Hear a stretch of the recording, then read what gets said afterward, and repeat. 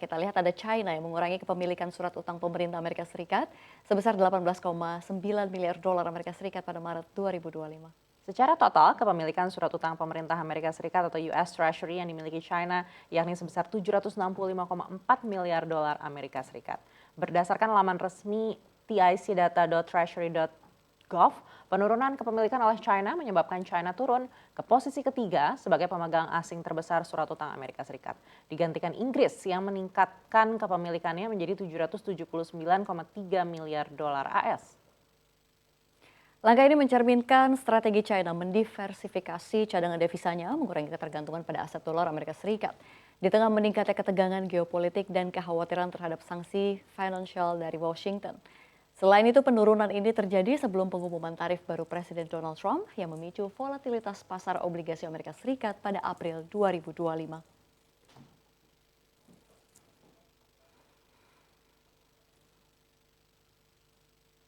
Ya, Safira, meskipun terjadi penurunan, total kepemilikan asing atau surat utang Amerika Serikat ini masih mencapai rekor tertinggi sebesar 9,05 triliun dolar AS di Maret 2025. Ya, tentu saja hal ini menunjukkan ya, kalau investor global ini masih melihat obligasi Amerika Serikat sebagai aset yang relatif aman. Iya, China mengurangi exposure-nya sebelum obligasi pemerintah Amerika Serikat mengalami bulan yang disebut orang-orang ini terliar dalam beberapa tahun terakhir, yaitu pada bulan April. Ya, tepatnya ketika pengumuman tarif Donald Trump ya, yang memicu memang aksi jual yang sangat tajam sekali. Iya, pembalikan kebijakan seperti jeda tarif selama 90 hari untuk sebagian besar mitra dagang Amerika ini membantu menenangkan kegelisahan investor. Tapi imbal hasilnya ya tetap tinggi. Betul sekali, seperti Moody's Rating ya, ini juga mencabut peringkat kredit terbatas atau teratas pemerintah Amerika Serikat yang tentu saja ini mengakibatkan kenaikan imbal hasil obligasi treasury-nya. Sementara itu, dilansir dari The Economic Times, Brad Satser yang merupakan mantan pejabat Departemen Keuangan Amerika Serikat ini mencatat kalau pengurangan kepemilikan surat utang Amerika Serikat oleh China ini lebih seperti strategi begitu ya untuk bisa mengurangi durasi portofolio daripada langkah meninggalkan dolar Amerika Serikat. Ya, artinya ini menunjukkan ya kalau China mungkin sedang menyesuaikan struktur jatuh tempo obligasinya untuk mengurangi resiko pasar atau bukan mengurangi exposure terhadap mata uang dolar secara keseluruhan. Iya, perubahan ini juga mencerminkan dinamika pasar keuangan global di mana negara-negara ini menyesuaikan portofolio investasi mereka berdasarkan dengan kondisi ekonomi dan juga kebijakan moneter yang berlaku. Baik, kita akan tunggu ya langkah seperti apa. Kita harap tidak ada balasan ya dari Amerika Serikat dengan keputusan China ini. Dan informasi selanjutnya masih terkait dengan Amerika Serikat juga ya, Safira. Presiden AS Donald Trump mulai jengkel dengan ulah raksasa retail Walmart yang terus-menerus mengeluhkan kebijakan tarif impor Amerika Serikat. Ya, Walmart belakangan ini sangat vokal mengeluhkan kebijakan tarif Trump dan menilai kebijakan tarif baru bisa berimbas ke naiknya harga barang yang dijual di rantai retail. Menanggapi keluhan Walmart, Trump meminta Walmart tidak mengenakan kenaikan harga apapun untuk barang yang dijual. Dalam beberapa waktu ke depan, raksasa retail Walmart akan jadi pantauan utama Trump.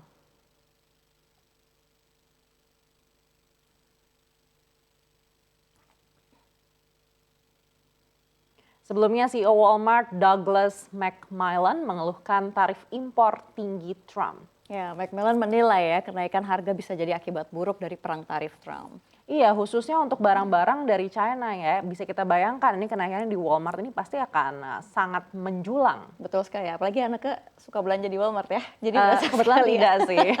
Tapi kalau berdasarkan McMillan ini juga dibilang ya akan menjaga harga tetap rendah. Nah ini good news ya.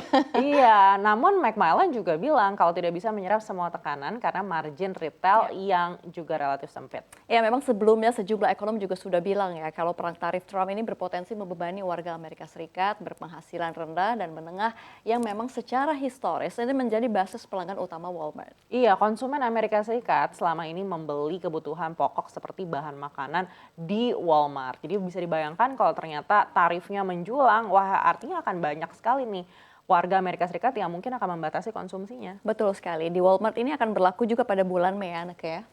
Iya, sebagai informasi ya Safira, Walmart saat ini memiliki lebih dari 4.600 toko di Amerika Serikat dan barang yang dijual Walmart ini berasal dari Kanada, China, India, Meksiko, dan juga Vietnam. Yang mana negara-negara tersebut telah menghadapi tarif setidaknya 10% dari Donald Trump. Artinya kalau memang ternyata konsumsi di Amerika Serikat turun, ini harus melihat kembali kepada kebijakan Trump, mungkin boleh diturunkan lagi tarif impornya? Lebih baik begitu ya. Kita lihat masih seputar retail nih ya. Ada GS Iya. Supermarket Anneke asal Korea Selatan ini akan menutup seluruh gerainya di Indonesia pada 31 Mei 2025. Namun gerai-gerai ini tidak akan kosong lama. Ketua Himpunan Peritel dan Penyewa Pusat Perbelanjaan Indonesia atau HIPINDO Budi Harjo Iduansyah mengungkapkan bahwa gerai GS Supermarket akan diambil alih oleh perusahaan lokal. Perusahaan yang akan mencaplok merupakan emiten yang telah melantai di Bursa Efek Indonesia. Pasca akuisisi, seluruh gerai akan tetap beroperasi seperti biasa dengan lini produk yang sebagian besar tidak berubah. Hanya saja merek dan pengelola akan berganti. Ya, proses serah terima dengan pemasok telah dimulai, menandakan kesiapan transisi manajemen dan keberlangsungan operasional gerai. Langkah ini menunjukkan makin aktifnya peritel lokal dalam mengambil ahli pangsa pasar retail modern di Indonesia.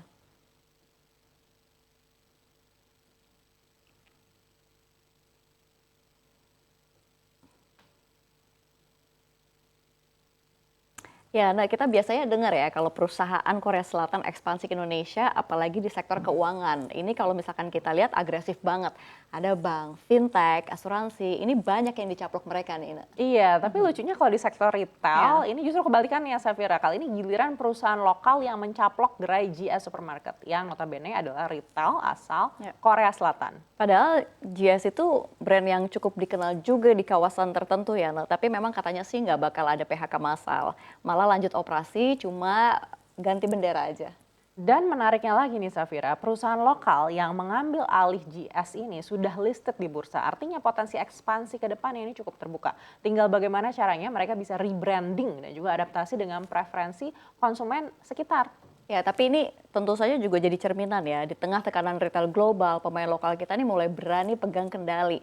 Bukan cuma bertahan, tapi juga berekspansi. Iya, dari yang dulu mungkin hanya jadi tuan rumah ya, sekarang kita sudah bisa mengambil alih panggung market ini ya. Kita tunggu saja apakah ini bisa menjadi titik balik dominasi lokal di sektor retail modern. Tapi yang pasti konsumsi di dalam negeri ini juga harus meningkat dulu ya Safira. Kalau enggak nanti sudah ekspansi tapi tidak ada yang beli juga begitu Sama ya. aja bohong ya. Betul.